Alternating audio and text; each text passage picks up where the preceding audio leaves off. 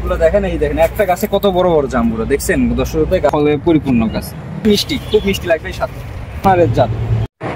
আসসালামু আলাইকুম সুপ্রিয় দর্শক শ্রোতা, দেশ ও দেশের বাইরে থেকে যে যেখান থেকে আজকে আমার ভিডিও দেখছেন তাদের সকলকে জানাই বাগান বাই নার্সারি থেকে প্রীতি ও শুভেচ্ছা।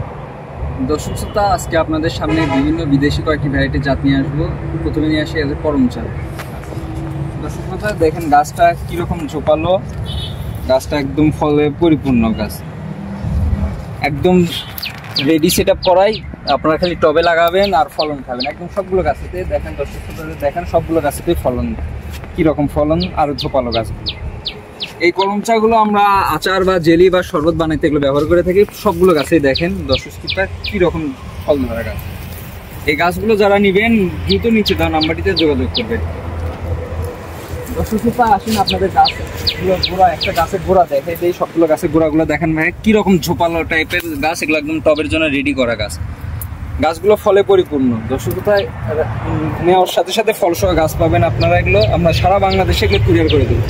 দর্শক এই পাশে আসেন জিও ব্যাগ সেট আপে কিছু আনারের জাত। দর্শক আপনাদের সবার কাঙ্ক্ষিত ভাগুয়া আনা গাছ এগুলো। দর্শক গাছগুলো দেখেন কতটা বড় বড় সাইজের, যারা আনার চান, প্রিমিয়াম কোয়ালিটির গঠনের গাছ চান, তাদের জন্য আজকের এই ভিডিওটি দেখেন।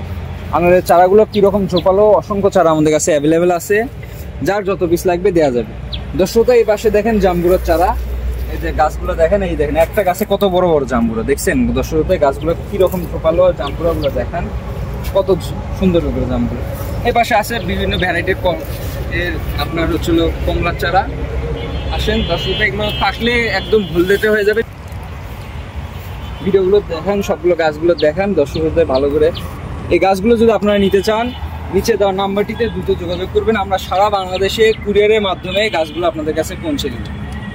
আমাদের কাছে শুধু এটাই না, আরও বিভিন্ন ধরনের গাছ অ্যাভেলেবেল আছে, যার যত পিস লাগবে দেওয়া যাবে। ভিডিওটি আজকে এই পর্যন্তই। সবাই ভালো থাকবেন, সুস্থ থাকবেন। আসসালামু আলাইকুম।